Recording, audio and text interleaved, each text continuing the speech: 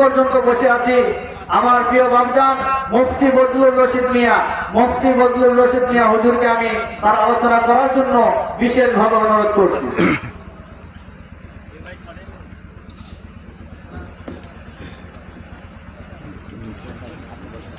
আসসালামু আলাইকুম ওয়া রাহমাতুল্লাহি ওয়া বারাকাতুহু।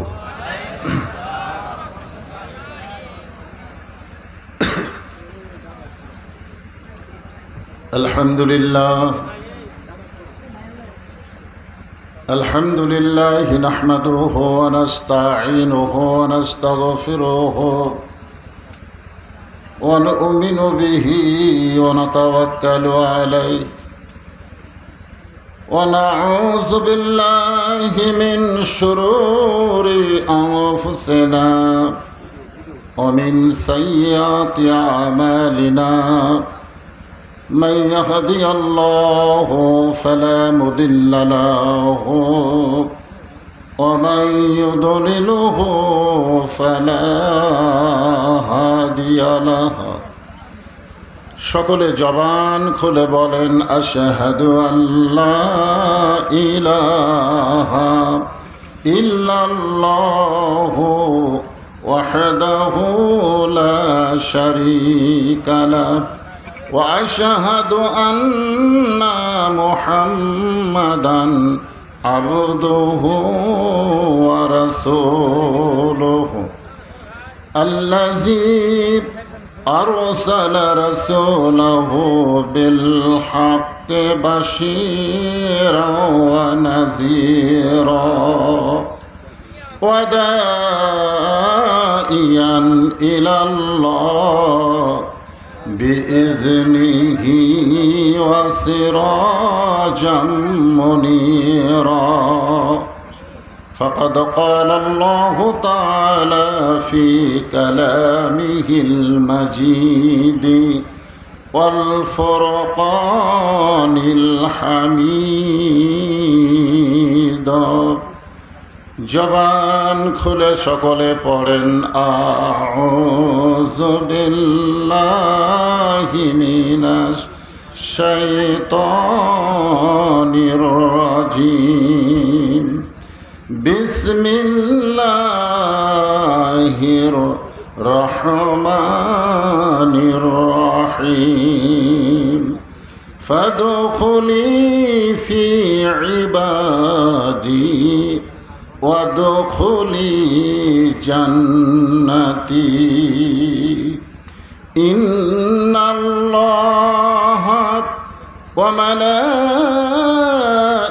মালাইকাতাহু يصلون على النبي يا أيها الذين آمنوا صلوا عليه وسلموا تسليما اللهم صل على محمد وعلى آل محمد كما صليت على إبراهيم وعلى آل إبراهيم إنك حميد مجيد اللهم بارك على محمد وعلى آل محمد كما باركت على إبراهيم وعلى آل إبراهيم إنك حميد مجيد يا كرتم لأزيدنكم। আমরা আল্লাহর প্রশংসা এই কারণেই করব যে আল্লাহ তাআলা দেখেন আজকে এই কোরআনের কারণে, এই পবিত্র কোরআনের কারণে বহু দলের মানুষ, যদি আমরা মুসলমান, আমাদের মধ্যে বহু দল আছে না নাই? আছে না নাই? শুধুমাত্র এই কোরআনের কারণে আল্লাহ সমস্ত দলের মুসলমানকে এক জায়গায় বসার তৌফিক দান করেছেন। খুশি না বেজার? এই জন্য জবান করে বলে আলহামদুলিল্লাহ। আমি নওগাঁ নিয়ামতপুরে একটা ওয়াজ করে ধরা খেয়েছিলাম। সে ওয়াজটা হলো আল্লাহ কোরআনে বলেছেন ওমা ইয়াবতাগি গয়রাল ইসলামা দীনান ফালাই ইউকবালা মিনহু। তো নিয়ামতপুর, পোরশা এবং সাফাহা এই 3 থানার যিনি এমপি তিনি আবার হিন্দু মানুষ, বর্তমানে হচ্ছে মন্ত্রী, বর্তমান কি মন্ত্রী। হ্যাঁ, তবে ওই জায়গায় এই আয়াতের ব্যাখ্যায় বলেছিলাম যে একমাত্র ইসলাম ছাড়া অন্য কোনো ধর্ম কেউ যদি গ্রহণ করে আল্লাহ বলেছেন সেই ধর্ম কবুল করা হবে না। আপনারা বলেন তো এটা কি আমার কথা না আল্লাহর কথা? এই কথার দ্বারা আমরা কি বুঝতে পারলাম? যে শুধুমাত্র মুসলমান ছাড়া আর কোনো ধর্ম, আর কোনো জাতিকে আল্লাহ কবুল করে। আমরা সবাই কি গুনাহগার হতে পারি, পাপিষ্ঠ হতে পারি, কিন্তু আমরা যে মুসলমান এ ব্যাপারে কি আপনাদের সন্দেহ আছে? আমি একটা আয়াতে কারিমা, ছোট্ট আয়াতের অংশ নিয়ে আপনাদের সামনে আলোচনা করব। কারণ আমাকে শেষে রাখার কারণ হলো মুরব্বী, ওয়াজ তো হয়ে গেছে সেই জোহর থেকে শুরু, শুনতেইছেন মাশাআল্লাহ। আর আমাকে শেষে রাখা হয়েছে যে কিছু সংক্ষিপ্ত আলোচনা করে একটা মোনাজাত করে দেওয়া। বিজ্ঞাপন ছাপানো হয়নি, কিন্তু ফেসবুকে যেটা ছাপানো হয়েছে ওখানে লেখানো হয়েছে বেগুন গ্রামে এবং পৃথিবীর যত মুসলমান নর নারী কবরে গেছে তাদের রুহের মাগফিরাত কামনায় আজকের এই দোয়ার মাহফিল। সুবহানাল্লাহ বলে। আল্লাহ কোরআনে বলেছেন ইন্না দীনা ইনদাল্লাহিল ইসলাম। আল্লাহর কাছে একমাত্র মনোনীত জীবন বিধান, তার নাম কি? রুহের জগতে। এই দুনিয়াতে আসার আগে আর একটা জগৎ ছিল, বিশ্বাস হয়? আমরা সেই জগতের মধ্যেও ছিলাম, বিশ্বাস হয়? কিন্তু মনে আছে? মনে নেই। আচ্ছা, এই দুনিয়ার জগৎ থেকে যে আমরা কবরের জগতে যাব এটা কি বিশ্বাস হয়? বিশ্বাস হয়? রুহের জগৎ থেকে যেমন দুনিয়াতে এসেছি, এই দুনিয়ার জগৎ থেকে আমাদেরকে কবরে যেতে হবে। এখন আপনারা বলেন সব জাতের মানুষেরা দুনিয়া থেকে মৃত্যুবরণ করে কোন জায়গায় গেল সেইটা বোঝার ব্যাপার না, ওইটা আমরা চিন্তাও করব না। কিন্তু আমাদের ব্যাপার হলো ফাদখুলি ফি ইবাদি অদখুলি জান্নাতি। এখন আপনারা বলেন মুসলমান হিসাবে আমরা মরার পরে কি কবরে যাব না জান্নাতে যাব? সবাই বললেন না। আপনার কি জান্নাতের ব্যাপারে সন্দেহ আছে নাকি? সন্দেহ আছে? আল্লাহ এখানে ডাইরেক্ট বলে দিলেন যে আমার ইবাদত করবে বান্দা হবে, সে জান্নাতে প্রবেশ করবে। সাহাবেরা জিজ্ঞাসা করলেন ইয়া রাসূলুল্লাহ, এই জান্নাতে প্রবেশ করবে কখন? আল্লাহ রাসূল বললেন মরার পরে। আপনারা বলেন তো জান্নাত যদি আমরা আল্লাহর কাছে সবসময় চাই তাহলে মরার দরকার আছে না নাই? কথা কয় না। আপনারা সত্যি করে অন্তর থেকে বলেন তো আমরা কি মরবার চাই? না না না, আমরা যে মরবো এ ব্যাপারে কোনো সন্দেহ? আমরা যে রুহের জগতে ছিলাম এ ব্যাপারে কোনো সন্দেহ নাই। এই দুনিয়াতে আসার পরে দুনিয়া থেকে মৃত্যু বিদায় নেওয়াকে যারা ভুলে গেছে একমাত্র তাদের দ্বারাই আল্লাহর নাফরমানি করা সহজ। আর যারা বিশ্বাস করে যে কোনো মুহূর্তে আমাদের মৃত্যু হবে তাদের দ্বারা কোনো নাফরমানি হওয়া সম্ভব। তাহলে এখন মুসলমানের বাচ্চা হিসেবে, মুসলমান হিসেবে সবাই বলেন মরার পরে আমরা কবরে যাব না জান্নাতে যাব? আমাদের কাছে দুনিয়া ভালো না জান্নাত ভালো? তাহলে জান্নাতে যদি যাইতে চাই মরা লাগবেই। এখন মরা লাগবে এই বিশ্বাস যদি আমাদের অন্তরে থাকে, খুব খেয়াল করবেন সেই মৃত্যুটা কখন হবে। ভাইজান, আমরা ফাঁসির আসামি নিয়ে টেনশন করি না? যে জল্লাদ শাহজাহান ফাঁসি দিল, বহু মানুষকে ফাঁসি দিছে, সে জল্লাদ শাহজাহান আজকে মারা গেছে। তোর এখন কি হয়েছে? আজকে মারা গেছে। আজকে রাসেল ভাইপার নামে একটা সাপ এ বাংলাদেশে আইছে, আসার পরই মানুষের ভিতরে একটা মৃত্যুর আতঙ্ক শুরু হয়ে গেছে। তোর কেমন ঠিক কিনা?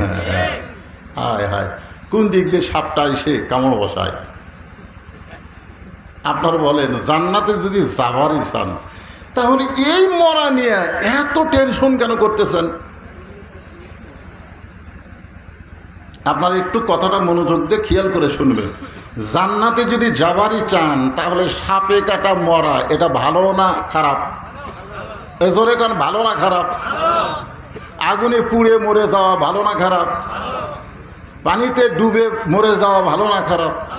এগুলো মৃত্যুকে বলা হয় হুকমি শহীদ।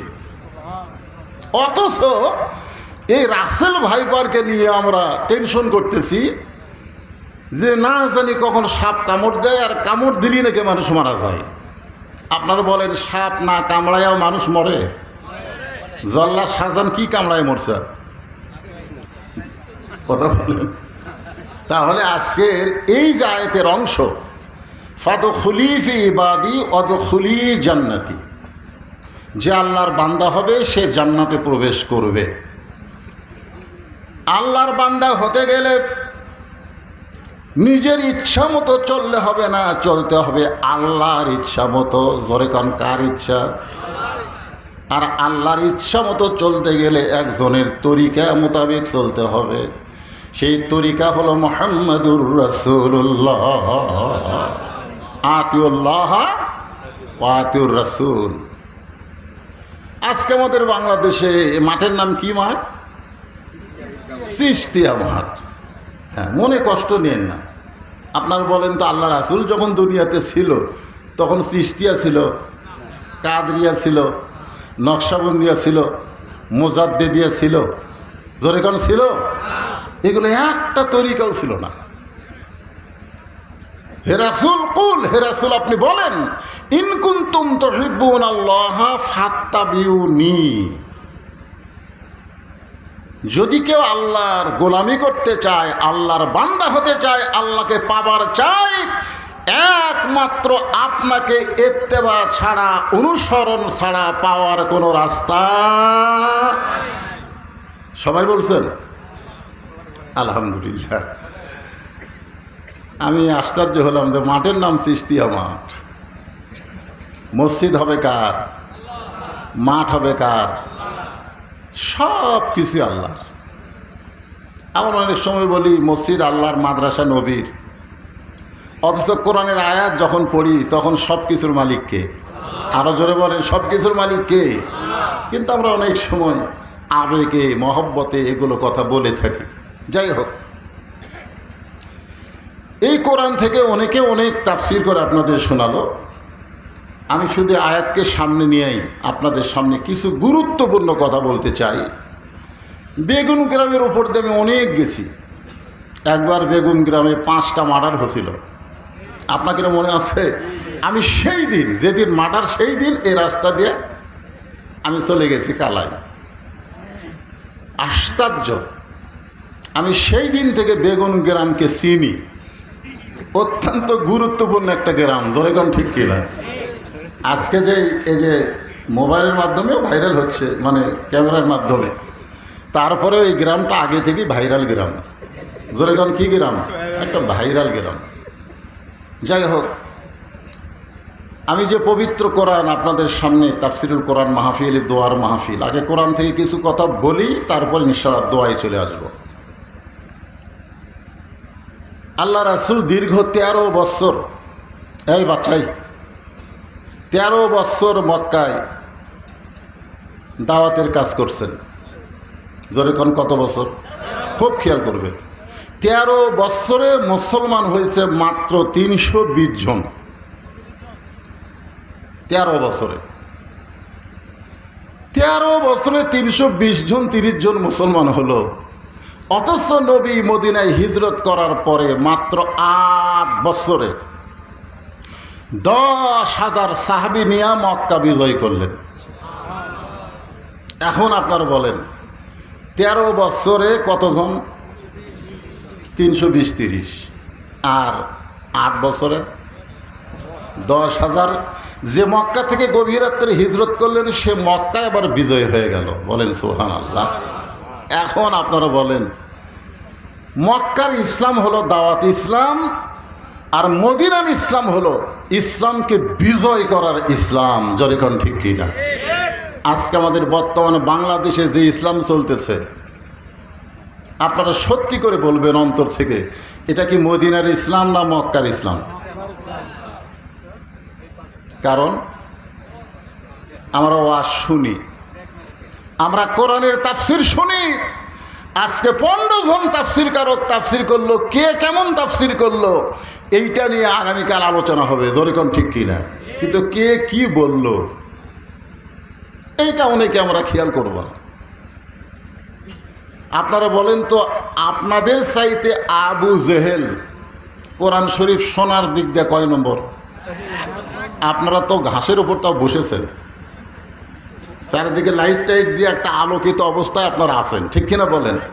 আর আবু জেহেল যখন রাতের অন্ধকারে কোরআন শরীফ চোরের মতন শুনতো, কোনো আলো ছিল? কোনো বসার চান্স ছিল?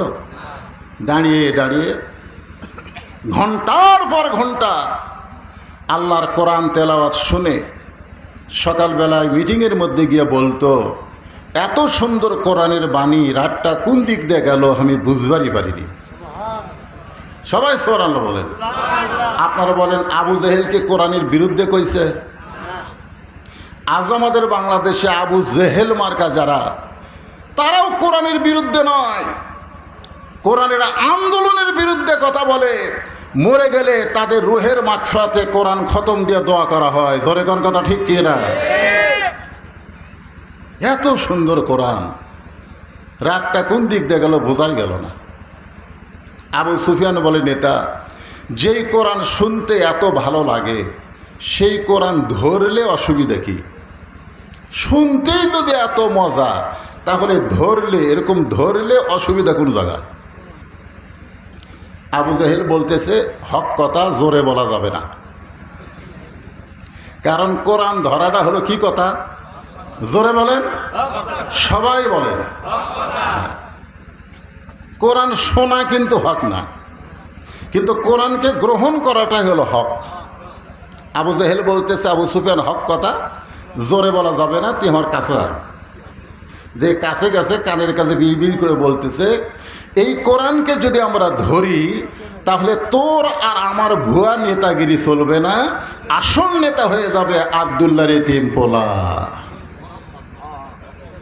এখন আপনার বলেন, এই কোরআন যদি বাংলার জমিনে বিজয় হয়, আবু জেহেলের মতন যারা নেতা তাদের কোনো চলাচল থাকবে না। ধরে কোন কথা ঠিক কি না? তারা কি কোনোদিন চাবে? আজকে আমরা যারা হুজুর, তারা মক্কার ইসলাম নিয়ে দোয়া নিয়ে আসি। জোরে কোন কথা ঠিক কিনা? ওয়াজ নিয়ে আসি। আমি আজকে যদি আপনাদের বলি যে আপনারা যদি সারা জীবন ওয়াজ শোনেন, যতটুকু সওয়াব আপনারা পাবেন, আজকের ফজরের নামাজ না পড়লে তার চাইতে বেশি পাপ হবে। জোরে কোন কথা ঠিক কিনা? এই কথা যদি আমি বলি, আপনার কি বিশ্বাস হবে? কথা কয় না, বিশ্বাস হবে? বিশ্বাস হবে? তাহলে কি সারা জীবন আপনি যত ওয়াজ শুনলেন তার যা নেকি হলো, একদিন ফজরের নামাজ বাদ দিলেন তার চাইতে বেশি পাপ হয়ে গেল। আমি সারা জীবন আপনাদেরকে নামাজের ওয়াজ করছি, আমার ওয়াজের মধ্যে দেখবেন খালি নামাজ, খালি নামাজ। কেন আল্লাহ বলেছেন, ইন্নাস সালাতা তানহানিল ফাহশা ওয়াল মুনকার, একমাত্র নামাজই পারে মানুষকে যাবতীয় খারাপি থেকে বাঁচায় দিতে। ঠিক কিনা বলেন?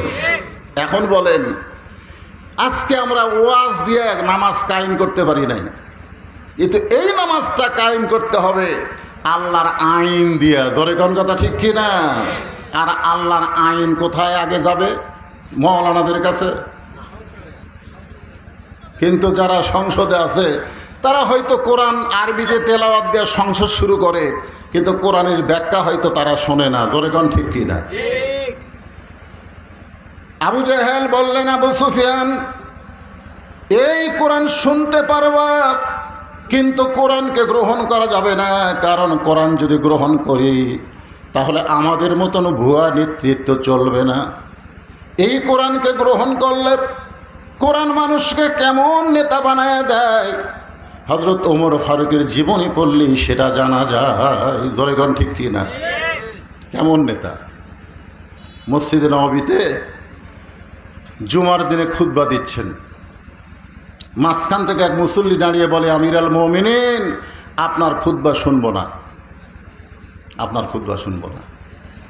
আপনারা বলেন ওমর ফারুক কি তুই আমিয়া নেতা? বাংলাদেশের মতন ৯৬টা দেশের খলিফা, ধরে কারণ সুবহানাল্লাহ। আমাদের বাংলাদেশ ৯৬টা জোড়া দিলে যত বড় এলাকা হবে, সেই এলাকার একজন রাষ্ট্রপতি খলিফা, তার সামনে একজন সাধারণ মানুষ দাঁড়িয়ে বলতেছি, আমিরুল মুমিনিন, আপনার ওয়াজ শুনবো না, আপনার বক্তব্য শুনবো না। ওমর ফারুক বললেন, আমার অপরাধ কি? সঙ্গে সঙ্গে সাহাবী বললেন, আমিরুল মুমিনিন, আপনার অপরাধ হলো আমাদেরকে খাটো পাঞ্জাবি দিয়া আপনি লম্বা জুব্বা পরে খুতবা দিচ্ছেন। আমাদেরকে খাটো দিয়ে আপনি লম্বা জুব্বা কোথায় পাইলেন? এটা যতক্ষণ না বলবেন ততক্ষণ আপনার খুতবা আমরা শুনব না। সুবহানাল্লাহ বললেন না? তাহলে কি বোঝা গেল? যে নেতার লোকমা দেওয়ার মানুষ আছে না নাই? খালি নামাজের মধ্যে আপনারা হুজুরকে লোকমা দেন। যদি আসরের 4 রাকাত আমাদের 3 রাকাতে বসে সাথে সাথে আল্লাহু আকবার কয়ে লোকমা দেয়, দেয় কি দেয় না? বলে খান আপনারা লোকমা দেন বলে মসজিদের ইমাম খুব সতর্ক হয়ে নামাজ পড়ায় যে ভুল হলেই লোকমা দিবে। আজকে সমাজের নেতাদের লোকমা নাই বলে আজকে তারা হাজার হাজার কোটি টাকা পাচার করে, আর সেইটা ঢাকার জন্য রাসেল ভাইভার দিয়ে একটা ইস্যু তৈরি করে। জোরে গান কথা ঠিক কিনা ভাইজান? ওমর ফারুক ছোট বাচ্চার মতন কাঁদতেছেন, আসলেই তাই। সকলের পাঞ্জাবি খাটো, তার জুব্বা লম্বা। ওমর ফারুক যখন ছোট বাচ্চার মতন কান্দে, এমন সময় আব্দুল্লাহ ইবনে ওমর 30 পারা কোরআনের হাফেজ এবং হাদিসের হাফেজ, জোরে কান সুবহানাল্লাহ। এই জন্য সুবহানাল্লাহ বলতে বললাম যে একজন নেতার ছেলে কেমন হওয়া লাগবে। আমাদের নেতার ছেলেরা কেমন? ওমর ফারুকের সন্তান আব্দুল্লাহ 30 পারা কোরআনের হাফেজ, জোরে কান সুবহানাল্লাহ। শুধু কোরআনের হাফেজ না, হাদিসের হাফেজ। তিনি বাবার পাশে দাঁড়িয়ে বললেন, রে নবীর সাহাবেরা, তোমরা খাটো পাঞ্জাবে হলেও তো নতুন কাপড় পরে নামাজ পড়তে এসেছো, কিন্তু আমার পরনের দিকে তাকায় দেখো নতুন কোনো কাপড় নেই। ওসমান গনি বললেন, আব্দুল্লাহ, আজকে জুমার দিনে সবাই নতুন কাপড় পরে নামাজ পড়তে আইছে, আর তুমি পুরাতন কাপড় কেন পরলে? আব্দুল্লাহ চোখের পানি নিয়ে বলতেছে, যেই মানুষটার লম্বা জুব্বা তোমরা পরার কারণে লোকমা দিলা, আজকে সেই মানুষটার জন্যই আমার নতুন পোশাক পরা হয় নাই।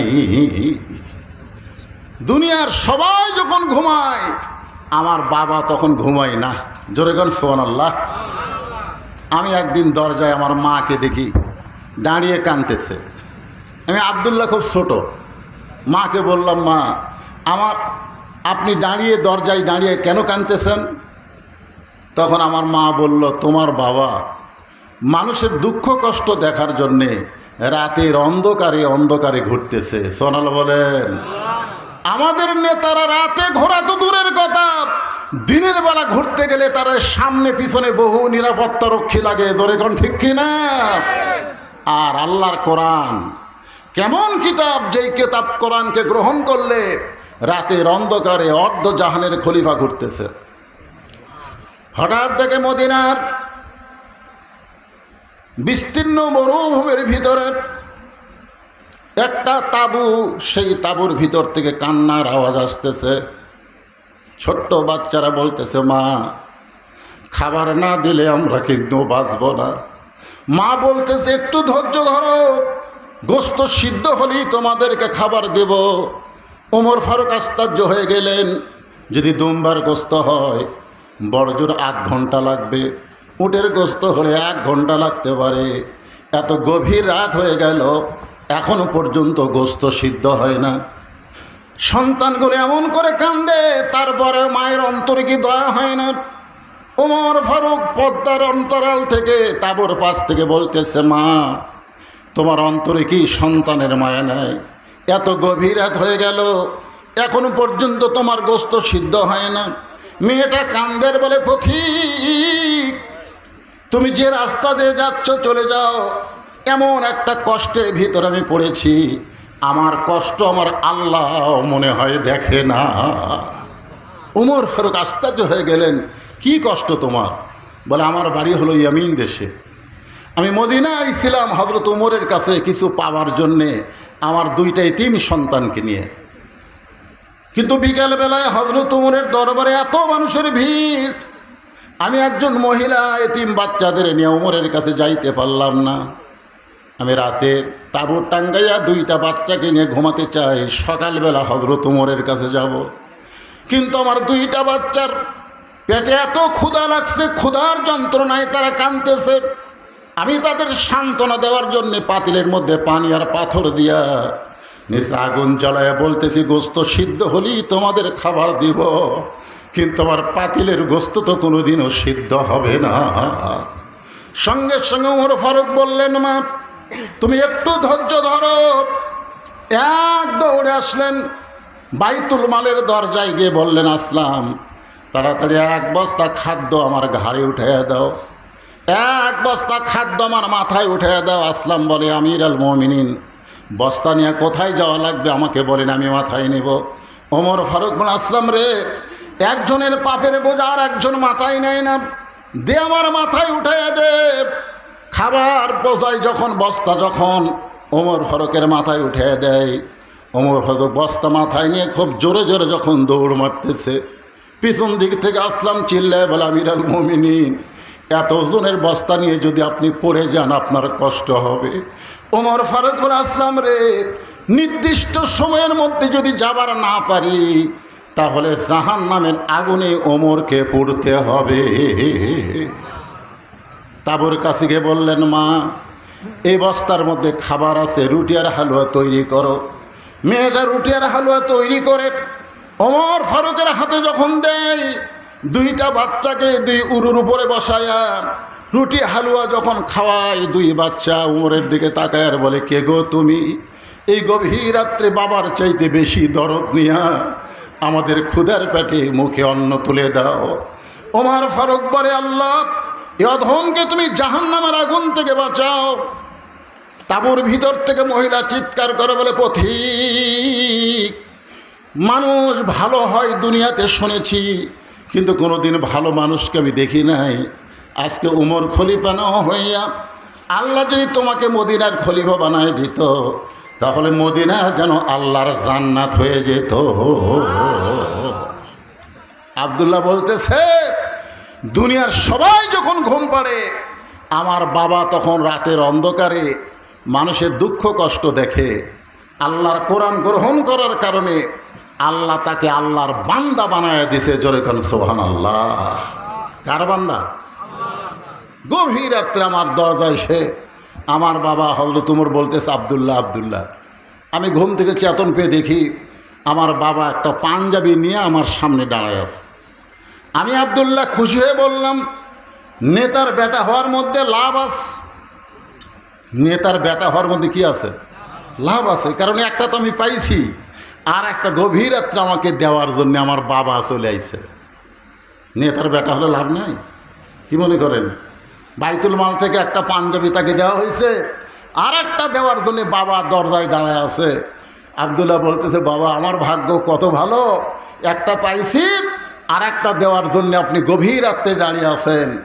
ওমর ফারুক আল্লাহর কোরআন থেকে তেলাওয়াত করলেন, ইন্নাল্লাহা ইয়ামুরুকুম আন তুআদ্দুল আমানাতি ইলা আহলিহা ওয়া ইযা হাকামতুম বাইনান নাস আন তাহকুমু বিল আদল। জোরে কান সুবহানাল্লাহ।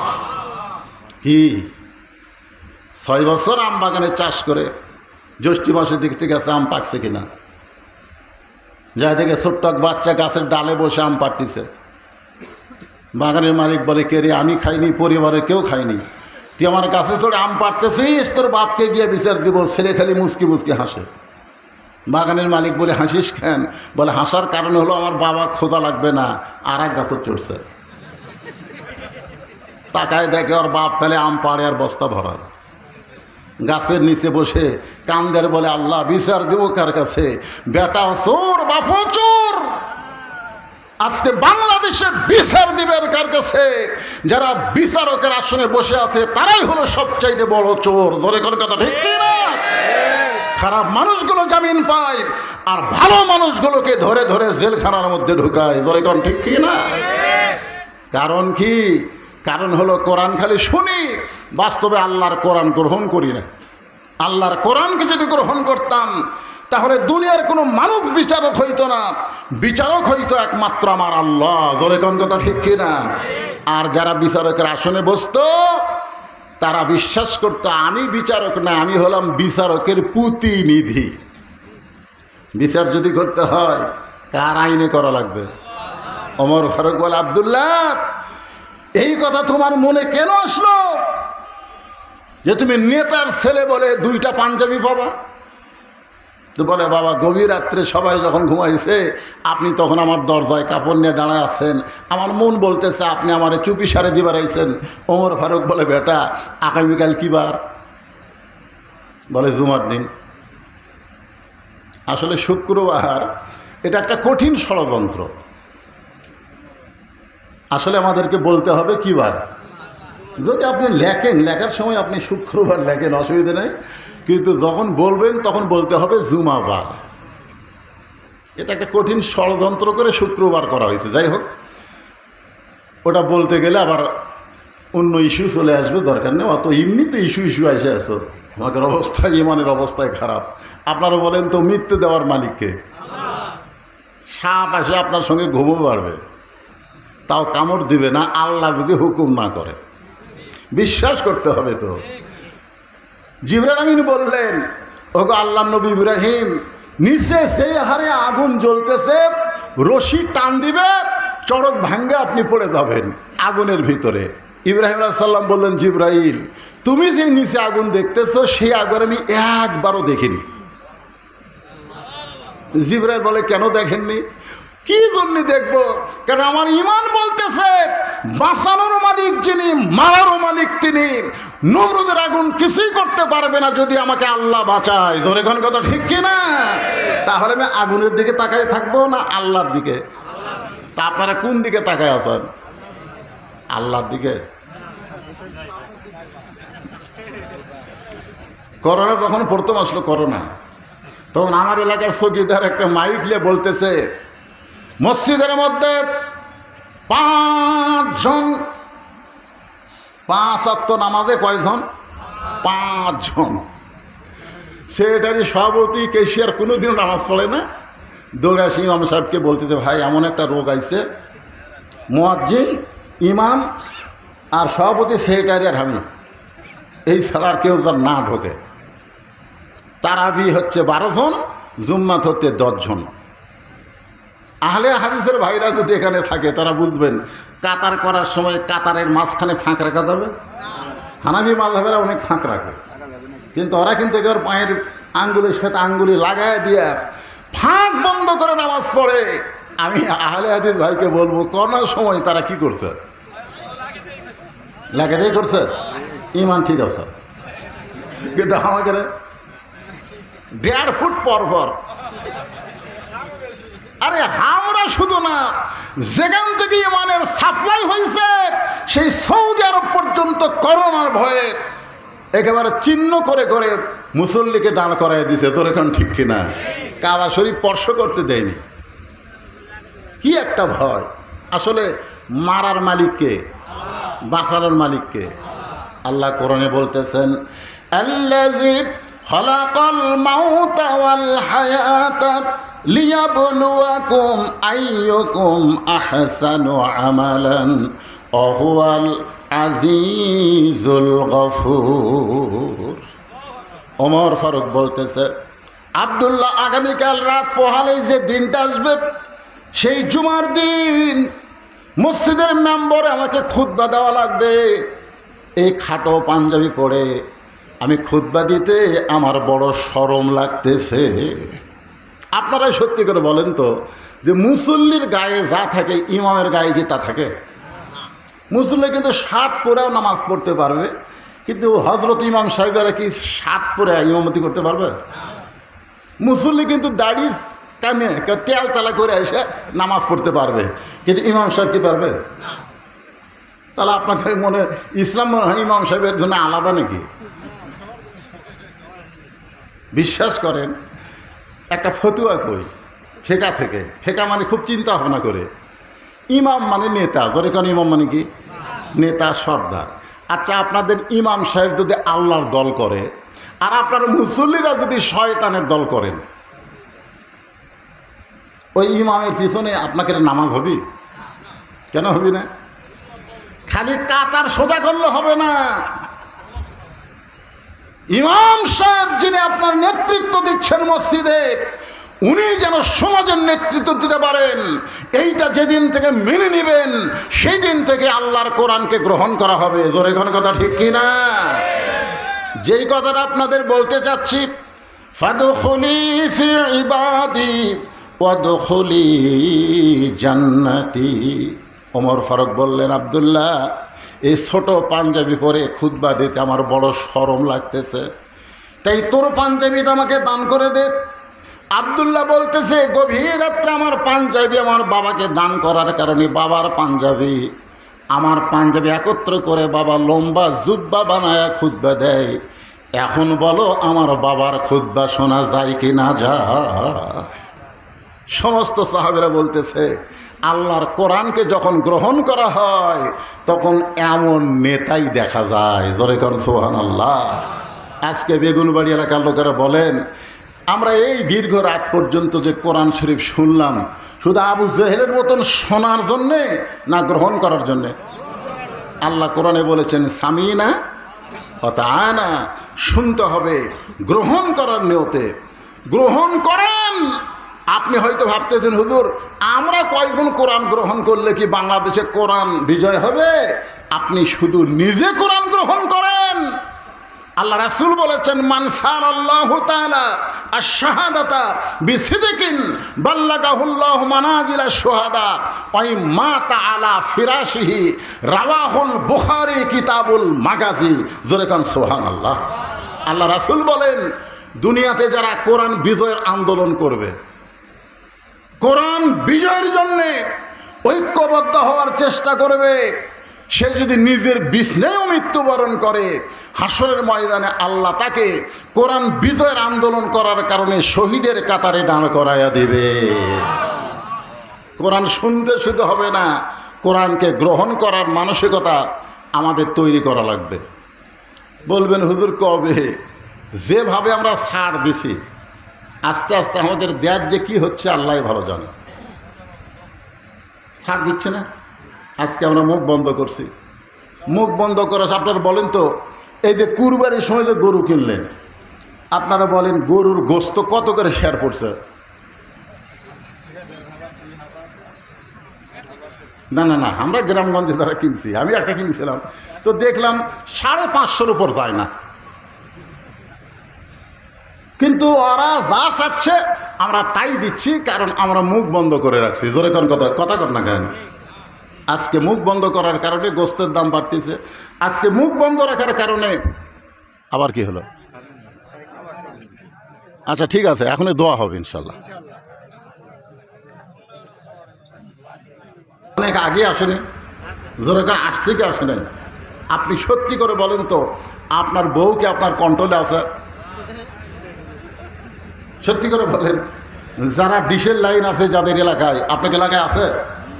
তাহলে এই দুইটা চ্যানেল মহিলারা দেখে। আপনি যদি যায় আজকে বলেন যে ওয়া শুনলাম রে, মান তাশাব্বা বিকওমিন ফাহুয়া মিনহুম, যে যাকে অনুসরণ করবে তার সঙ্গে কিয়ামত হবে, হাসর হবে। তাহলে ভারতের চ্যানেল তো দেখা জায়েজ নাই রে, আর দেখা চলবে না। বউ বলতেছে, ওই বক্তার ওয়াজ যদি আমল করো তোমার বাড়িতে আমি থাকবো না। আপনার বলেন, চেষ্টা করে দেখেন, আমাদের মেয়েদেরকে ভারত দখল করছে, আমাদের যুবকদেরকে নিঃসাদ্রব্য পাচার করে ভারতের ভিতর থেকে আমাদের বাংলাদেশে সে যুবকগুলোও কিন্তু নষ্ট হয়ে গেছে। জোরে কোন কথা ঠিক কিনা? আর সবচাইতে এই যে মোবাইল, এই মোবাইল আমাদের যুবশক্তিকে একেবারে অপশক্তি, একেবারে খারাপের দিকে নিয়ে যাচ্ছে, বিশাল একটা ষড়যন্ত্র চলতেছে। যাই হোক, পরশুদিনে একটা খবর পাইলাম, আমার ফেসবুকে এটা আমি আবার ছাইড়া দিছি, যে 25 সালে এমন একটা আক্রমণ আল্লাহর পক্ষ থেকে আসতেছে দুনিয়ার উপরে, এই যত নেটওয়ার্ক আছে, মোবাইল আছে, সমস্ত কিছু বন্ধ হয়ে যাবে, এরকম একটা খবর দিয়ে দিছে। কারণ বেশি পাপ হয়ে গেলে আল্লাহর গজব আছে না নাই? যেরকম আছে না নাই? অবশ্যই গজব আছে। তো যাই হোক, এই সমস্ত পাপ থেকে বাঁচতে গেলে আমাদেরকে নামাজ আদায় করা লাগবে। আর নামাজের মূল নামাজ হচ্ছে ফজরের নামাজ। জোরে কোন কথা ঠিক কি না? যে নামাজ জামাতে না পড়লে, বাড়ির মধ্যে পড়লে মুনাফিক, আর জামাতে পড়লে মুসলমান। তো আমরা সেই নামাজ যেন নষ্ট না হয়। তো মুয়াজ্জিন সাহেব ওয়াজ শোনে না এই আজানের কারণে। আমরা আজকে বেশি রাত করব না এই ফজরের কারণে। জোরে কোন ঠিক কি না? ভাই জানেন, শেষ কথা, আমরা আল্লাহর কোরআনকে গ্রহণ করি এবং কোরআন অনুযায়ী জীবন গঠন করার চেষ্টা করি। চেষ্টা যদি আমরা করি, আল্লাহ পাক আমাদেরকে সাহায্য করবেন। যেরকম ঠিক কিনা? আর আমরা পরিশেষে এই গ্রামের যারা দুনিয়া থেকে কবরে চলে গেছে তাদের জন্য দোয়া করব। যারা দূর দারাজ থেকে আইছেন, তাদের আপনজন যাদের কবরে চলে গেছে, খাস করে আইয়ুব আল আনসারী, একটা ছোট্ট মানুষ বিশাল একটা দায়িত্ব নিয়ে এই যে একটা মাহফিল করলো, আল্লাহ পাকর আসমান থেকে বৃষ্টি দেয়নি, সুন্দরভাবে আমরা আলোচনা শুনলাম অনেক আলেমের মুখ থেকে। আল্লাহ যেন তার এই প্রচেষ্টাকে কবুল করে, তাকেও যেন বিশ্বময় কোরআনের পাখি হিসাবে আল্লাহ কবুল করে। জোরে কোন আমিন। আজকে যারা এখানে আলোচনা করেছেন, সবার আলোচনা ভালো লাগেনি আপনাদের? প্রথম দিকে মনে হয় আপনার খুব একটা লোক ছিলেন না। যাই হোক, সবাই কিন্তু বক্তা। খালি নাম ফেসবুকে লিখবেন, ইউটিউবে সার্চ দেবেন, দেখবেন অসংখ্য ওয়াজ আপনারা দেখতে পাবেন। সবাই প্রধান বক্তা, কিন্তু আজকে এখানে এসে সবাই আলোচনা করেছেন একেবারে ঘড়ি ধরে সংক্ষিপ্ত টাইমে। তো সবাই আলোচনা করলেন, এর ভিতর থেকে আল্লাহ পাক আমাদেরকে হেদায়েতের খোরাক দান করুক। সকলে ইস্তেগফার, আস্তাগফিরুল্লাহ আল্লাযী লা ইলাহা ইল্লা